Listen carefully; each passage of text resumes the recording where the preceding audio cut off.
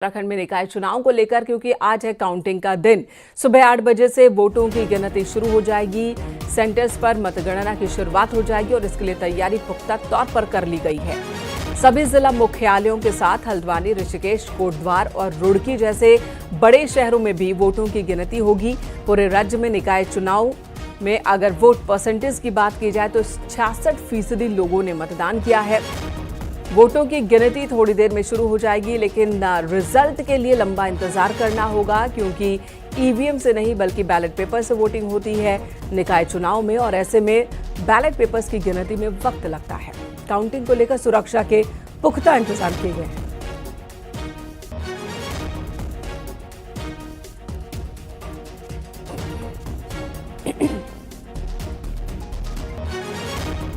सात पंडाल, 105 टेबल, चंपावत की बात कर ली जाए, 3 नगर पालिका, और इस तरह से पूरे प्रदेश का क्या हाल है वो हम आपको टीवी स्क्रीन पर दिखा रहे हैं।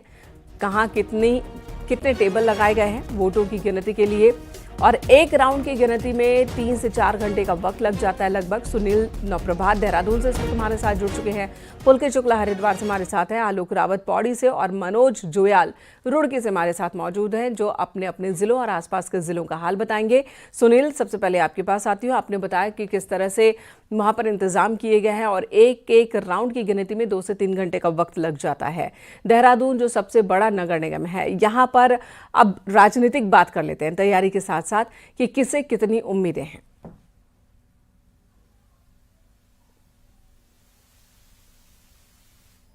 राजधानी एरिया है और यहाँ पर सबसे अधिक 100 वार्ड है, तो सबसे ज्यादा वोटर्स भी इसी राजधानी एरिया में हैं। पिछले 3 टर्म से यानी कि 15 सालों से यहाँ पर लगातार बीजेपी जीतती आई है। कांग्रेस मात्र राज्य बनने के बाद एक बार 2003 से 2008 के टर्म में यहाँ पर जीती थी। उसके बाद से कांग्रेस यहाँ पर अपना खाता नहीं खोल पाई है। तो कांग्रेस के लिए एक बड़ा चैलेंज होगा कि वो राजधानी के इस महत्वपूर्ण नगर निगम में अपना खाता खोले, एक बार फिर से अपनी वापसी करे। तो बीजेपी के लिए भी बड़ा चैलेंज है कि वो 3 टर्म यहाँ पर रही है, सरकार उसकी है, राजधानी का ये एरिया है, तो उसकी कोशिश होगी कि वो अपने जो यहाँ पर ताजपोशी है उसको कंटिन्यू बनाए रखे, इस सीट को एक बार फिर से हासिल करे। तो इसलिए भी ये बड़ा चैलेंजिंग है और पूरे प्रदेश की नजरें देहरादून नगर निगम की सीट पर बनी रहेंगी, और खासकर इस सीट के रुझान जानने के लिए, इस सीट के परिणाम जानने के लिए, फाइनल परिणाम के लिए आपको सबसे लंबा इंतजार करना पड़ सकता है। वाकई, क्योंकि वोटों की गिनती जो हो रही है, वोटों की संख्या ज्यादा है तो वक्त भी ज्यादा लगेगा। बने रहे हमारे साथ, लौटेंगे आपके पास। मनोज जुयाल का रुख कर लेते हैं, रुड़की से हमारे साथ जुड़े हैं। मनोज, रुड़की में भी कांटे की टक्कर देखने को मिली। दोनों ही पार्टियां, चाहे वो आम आदमी समाज, माफ कीजिएगा, चाहे वो बीजेपी हो या फिर कांग्रेस हो, जो मुख्य 2 पार्टियां हैं, दोनों में ही बगावत भी देखने को मिली, दोनों में नाराजगी भी देखने को मिली कई जगहों पर, और उन्हें मनाने की कोशिश भी देखने को मिली।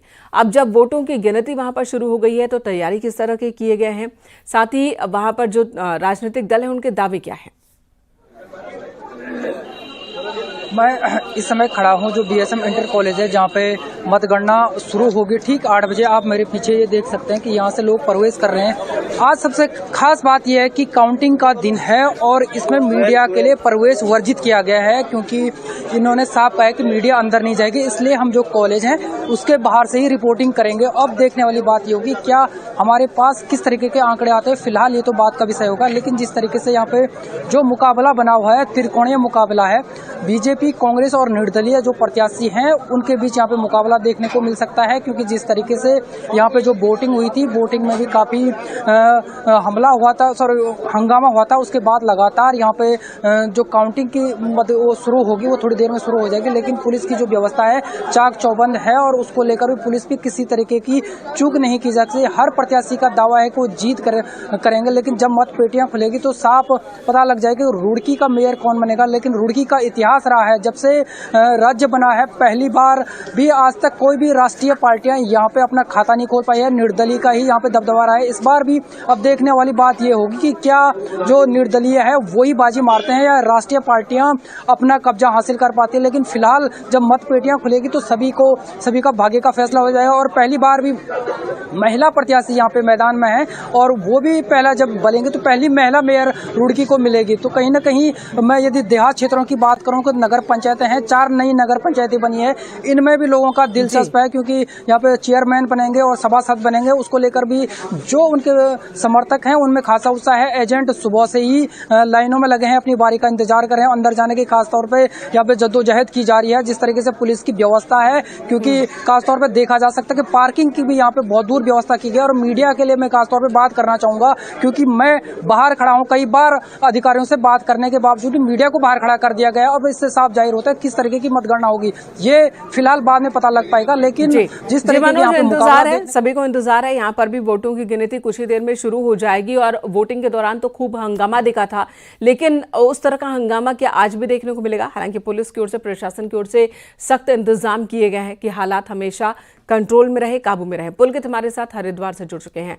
पुलकित, वहां की तैयारी दिखाएं कि वोटों की गिनती को लेकर तैयारी किस तरह से की गई है और वहां पर जो राजनीतिक समीकरण है वो कैसा है?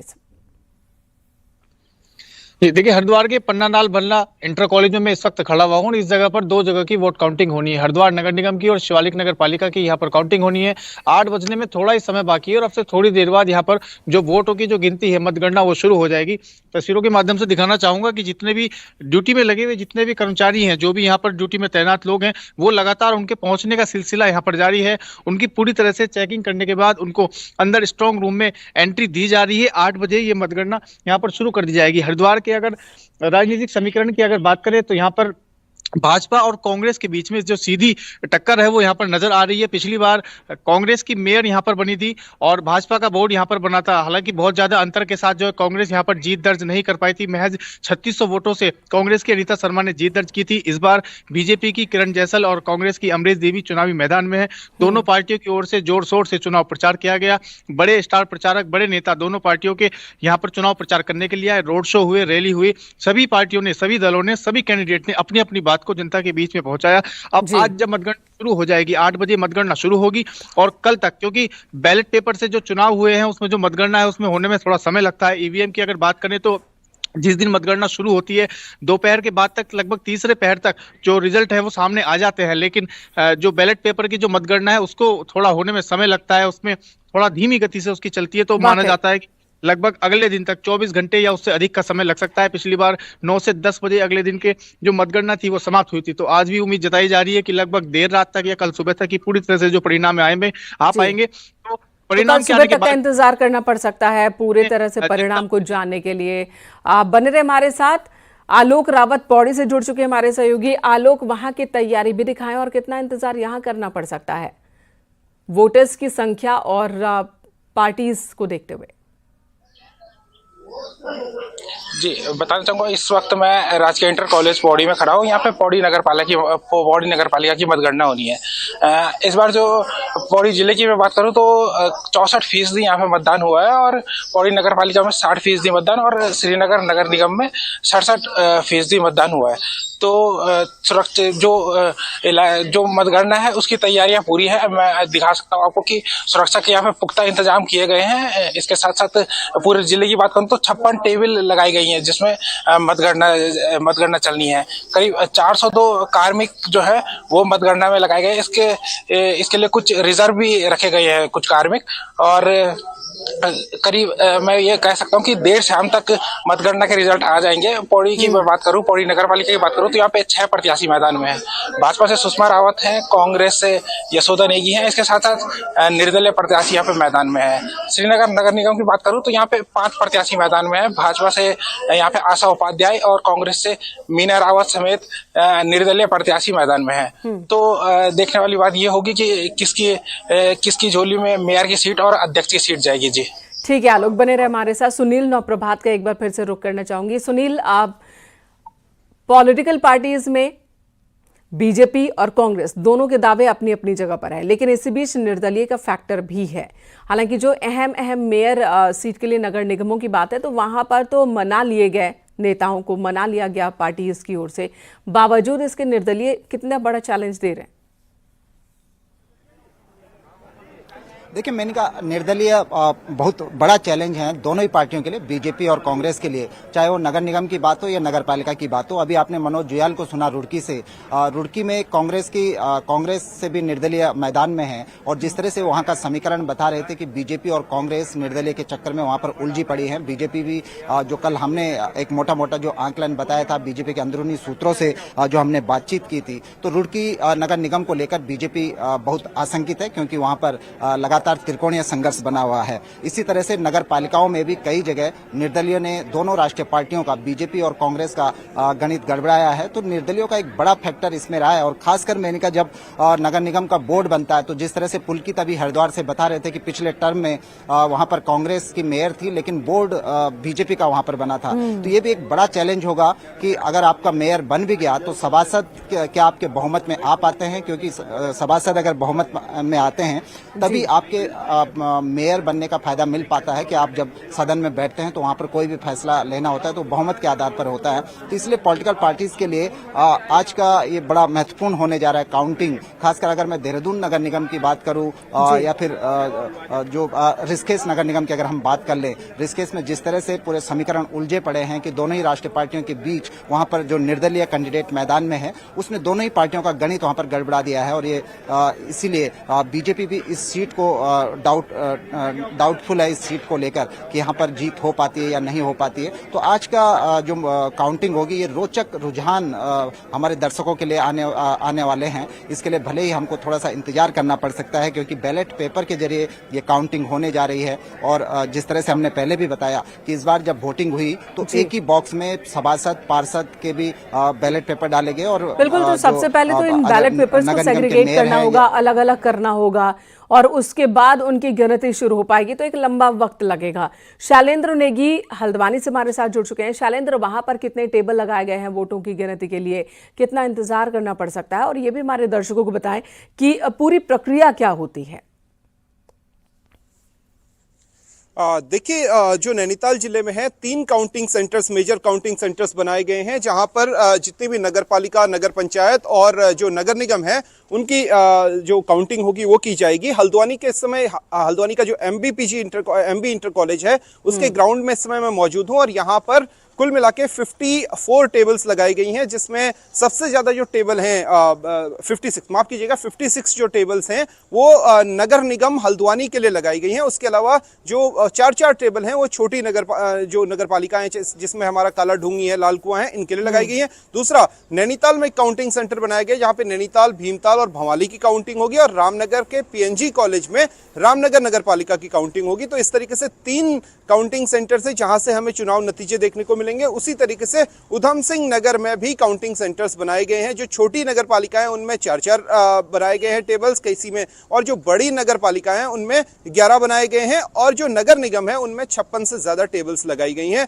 और कई हॉल्स में इसकी व्यवस्था की गई है। हल्द्वानी में जो 56 टेबल्स लगाई गई हैं नगर निगम की काउंटिंग के लिए, उसमें जो है वो उनको 4 हॉल्स में शिफ्ट किया गया है। तो शुरुआती जैसे ही 8 बजेंगे, अब से चंद मिनटों बाद यह प्रक्रिया शुरू हो जाएगी। सबसे पहले सेग्रीगेशन का काम होगा, लेकिन जैसा पहले होता था कि गड्डियां बनाई जाती थी कि गड्डियां एक एक करके फिर लास्ट में गिनती होती थी, अब ऐसा नहीं होगा। अब बिल्कुल पैरेलल ही इनकी गिनती शुरू की जाएगी। यानी इस तरफ अगर एक हमारे पास एक पर्चा है मेयर का और दूसरा जो है सभासद का, तो एक एक करके गिनती शुरू हो जाएगी। और बहुत जल्द ही जो है, क्योंकि पहले ये होता था, मुझे याद है साल 2018 में हम इसी ग्राउंड पे जब कवरेज के लिए आए थे तो रात को 12 बज गए थे नगर निगम का चुनाव नतीजा आते आते, मेयर का चुनाव नतीजा आते आते। यही वजह है कि टेबल्स की संख्या बढ़ाई गई है, 56 किया गया है, ताकि चुनाव नतीजे बहुत जल्दी आ जाएं। क्योंकि जो लोग चुनाव ड्यूटी में होते हैं वो भी बहुत ज्यादा परेशान हो जाते हैं, जो एजेंट्स बनाए जाते हैं वो भी बहुत ज्यादा परेशान हो जाते हैं। तो चुनाव आयोग ने जिस तरीके की फजीहत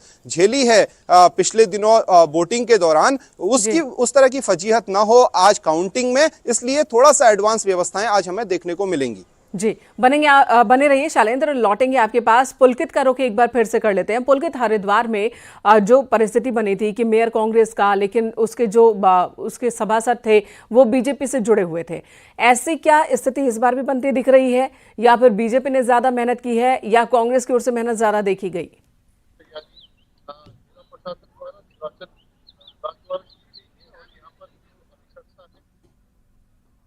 साथ यहाँ पर पहुंच पुलकित आवाज मिल रही है आपको?